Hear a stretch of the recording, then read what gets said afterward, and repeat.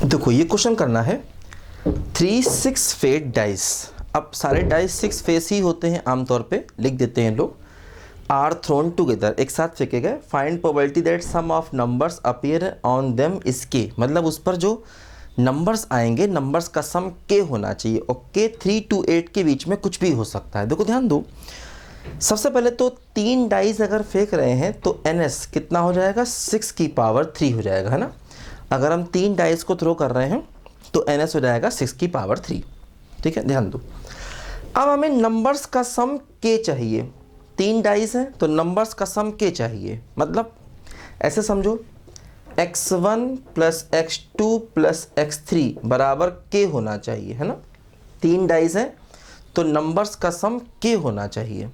ठीक है, अब देखो ध्यान दो, जैसे x1 जो है मतलब पहले डाइस पर आने वाला नंबर x1 जो है ये 1 से 6 तक जाएगा, x2 भी 1 to 6 जाएगा, और x3 भी देखो 1 to 6 जाएगा, ध्यान दो, है ना। अच्छा, k जो है वो देखो 3 to 8 है, 3 to 8 है ना। तो देखो क्या होगा, जैसे मान लो अगर k 3 हुआ, है ना, k अगर 3 हुआ तो हर एक वेरिएबल जो है वो 1 1 1 होगा, ये कन्फर्म है। देखो अब जैसे अगर मान लो k को 8 ले लें तो k को 8 ले लें, है ना, तो हर एक चीज कम से कम 1 हो गई। मान लो ये दोनों 1 हो गए तो ये 6 हो गया। तो मतलब क्या हो गया, देखो हर एक वेरिएबल जो है एक्चुअली अब वो हर एक वेरिएबल k तक नहीं जा सकता, क्योंकि मिनिमम हर चीज को 1 होना है ना। तो हर एक वेरिएबल जो है वो देखो k तक तो नहीं जा सकता, क्योंकि k की वैल्यू मान लीजिए 8 भी हो सकती है।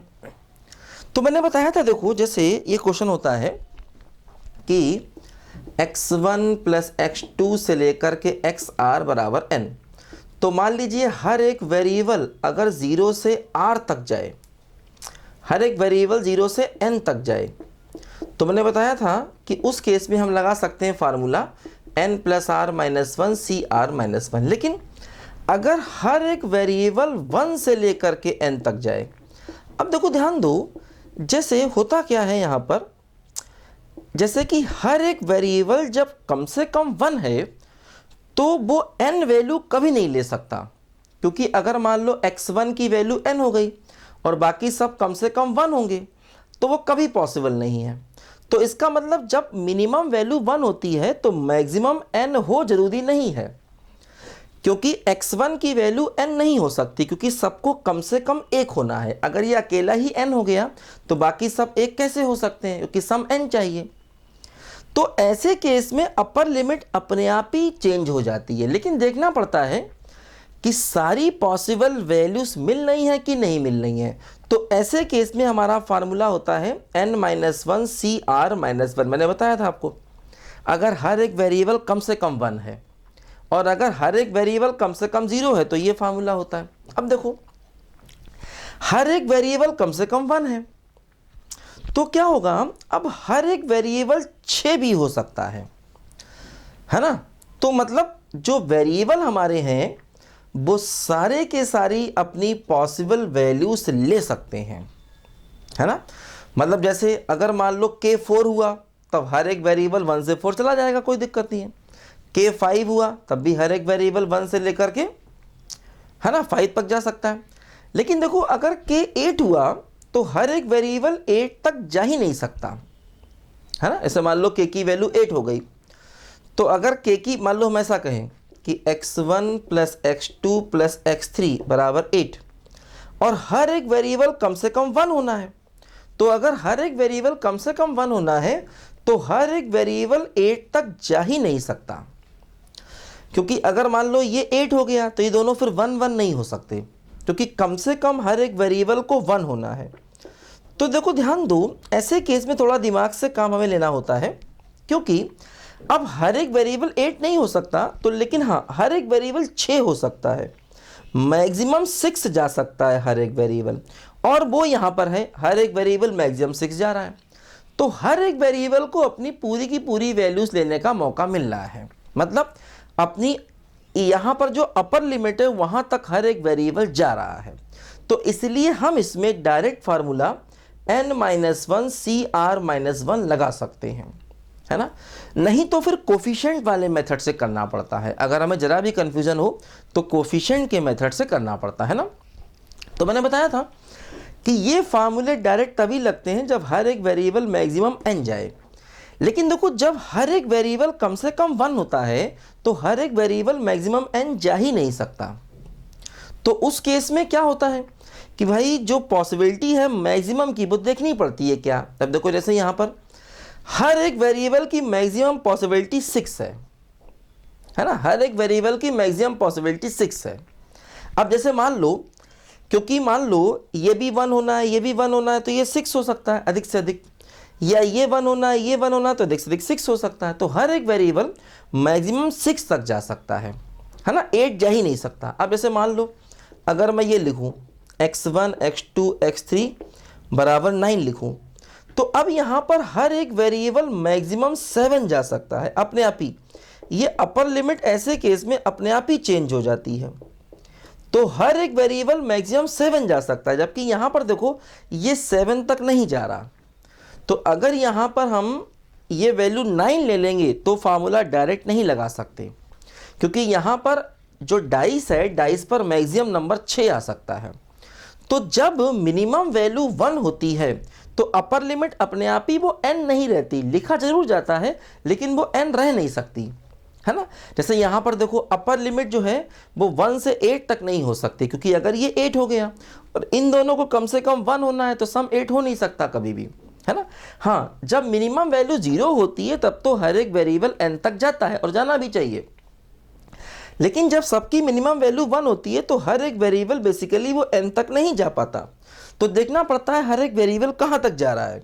अब देखो, जैसे n है, 9 है यहाँ पर, और ये 3 है तो हर एक वेरिएबल 7 जा रहा है, ये 8 है, ये 3 है तो हर एक वेरिएबल 6 जा रहा है ना। तो जैसे मान लो यहाँ पर n है और ये r है, तो हर एक वेरिएबल n-r-1 तक जाएगा। देखो 9 में से यहाँ 2 कम हुआ, 8 में से यहाँ 2 कम हुआ, है ना, उससे कम कम होता है। तो जैसे वेरिएबल का नंबर r है तो हर एक वेरिएबल मैक्सिमम वैल्यू n-r-1 तक ही कवर कर सकता है, ये बात यहाँ ध्यान दो। तो इसीलिए अब यहाँ पर अगर ये 8 भी हुआ तब भी हर एक वेरिएबल 6 तक जाएगा और 6 हम ले सकते हैं। अब ऐसे मान लो अगर ये 7 होता तो x1 plus x2 plus x3 बराबर 7 होगा। अब अगर 7 होगा तो क्या होगा, देखो हर एक वेरिएबल मैक्सिमम 1 से 5 जा सकता है, ठीक है। अब यहाँ पर ये 1 से 5 जाएगा, कोई दिक्कत नहीं, 6 नहीं लेंगे, 6 ले ही नहीं सकते क्योंकि 6 पॉसिबिलिटी है ही नहीं। तो उस केस में भी हम डायरेक्ट फार्मूला लगा सकते थे, क्योंकि हर एक वेरिएबल को अपनी मैक्सिमम वैल्यू तक जाने का मौका मिले तो डायरेक्ट फार्मूला हम लगा सकते हैं, और यहाँ पर वही हो रहा है। तो इसीलिए देखो इसमें हम डायरेक्ट फार्मूला लगा सकते हैं क्या, k-1 C3-1 मतलब 2। तो ये इसका टोटल आंसर हो गया k-1 C2, है ना, ये बात ध्यान देना। अदरवाइज ये क्वेश्चन फिर हमें कोफिशिएंट वाले मेथड से करना पड़ेगा। जैसे मान लो अगर यहाँ k 9 तक जाता तो 9 के लिए फिर ये फार्मूला नहीं लगा सकते थे, क्योंकि हर एक वेरिएबल को 7 जाना है और जबकि यहाँ हर एक वेरिएबल 6 तक जा पा रहा है। 9 होता, 10 होता, 11 होता, 12 होता, कभी भी ये फार्मूला फिर डायरेक्ट नहीं लगा पाते, क्योंकि यहाँ पर वेरिएबल 6 तक ही जा रहा है जबकि यहाँ पर वेरिएबल 7 जा रहा है ना। यहाँ पर जो लिमिट है वो हर वेरिएबल उस लिमिट तक पहुँचे। हाँ, 8 से कम होगा, 7 होगा, तब भी आप फार्मूला लगा सकते हो, कोई दिक्कत नहीं है ना। 7 में भी फार्मूला लगा सकते हो क्योंकि हर एक वेरिएबल यहाँ पर 5 तक जाना चाहिए, तो यहाँ पर देखो हर एक वेरिएबल 5 तक जा रहा है। यहाँ से लिमिट डिसाइड होती है, उस लिमिट को हर एक वेरिएबल को टच करना पड़ेगा, ध्यान दो, ठीक है। जैसे मान लो फॉर एग्जाम्पल मैं ऐसा कहूँ, देखो मान लीजिए ऐसा है, देखो x1 plus x2 plus x3 plus x4, मान लो 4 डाइस है और हमें सम 10 चाहिए, तो हमको मालूम है हर एक वेरिएबल 1 से 6 जाएगा, है ना। हर एक वेरिएबल 1 से 6 जा सकता है डाइस के केस में, ये बात हमको मालूम है। अब देखो क्या हुआ जब ये भी 1 लोगे, ये भी 1 लोगे, ये भी 1 लोगे, तो इसका मतलब ये हुआ अगर हमें सम 10 चाहिए तो इससे हर एक वेरिएबल 1 से लेकर के 7 जा सकता है ना। हर एक वेरिएबल 1 से 7 जा सकता है, क्योंकि अगर मान लो 3 1 हुए तो चौथे को 7 होना चाहिए, लेकिन ये 7 तक नहीं जा रहा, इसलिए इसमें भी आप डायरेक्ट फार्मूला n-1 CR-1 नहीं लगा सकते, है ना, क्योंकि ये 7 तक जा नहीं पा रहा, ये इसकी मैक्सिमम लिमिट 6 तक ही है ना। और इसके अकॉर्डिंग हर एक वेरिएबल 7 जा सकता है, क्योंकि मान लो अगर 3 1 है तो चौथा 7 होगा, तभी तो सम 10 बनेगा। तो ये बात हमें ध्यान रखनी है, क्योंकि डायरेक्ट फार्मूला अगर लगा पाएँ तो लगा देते हैं, उससे क्वेश्चन काफ़ी ईजी हो जाता है, कोफिशिएंट के चक्कर में सवाल लंबा पहुंच जाता है। तो खैर यहाँ पर देखो ये हमारा NE हो गया, NE, ठीक है, ये NE है और ये NS है।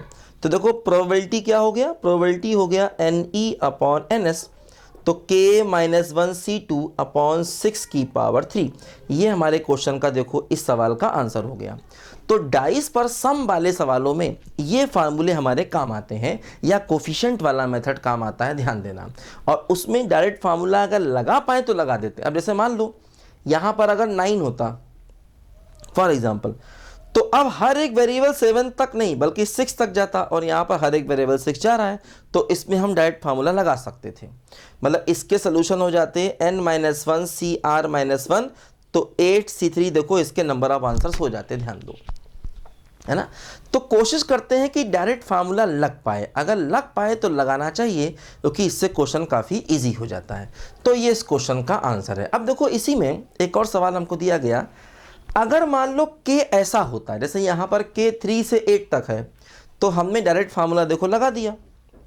लेकिन अगर मान लो इसी क्वेश्चन में K 9 से 14 होता, तो फिर बताया ना मैंने कि आप डायरेक्ट फार्मूला नहीं लगा पाते, क्योंकि 9 से 14 का मतलब, क्योंकि जैसे ही यहाँ 9 आया तो हर एक वेरिएबल जो है 1 से 7 चला जाएगा, जबकि अकॉर्डिंग टू डाइस हर एक वेरिएबल 1 से 7 जा नहीं सकता। समस्या यहाँ पर है। तो इसको कोफिशिएंट वाले मेथड से मजबूरी में करना पड़ेगा। इस सवाल को करते हैं, देखो इसको लिखो पहले ज़रा ध्यान से।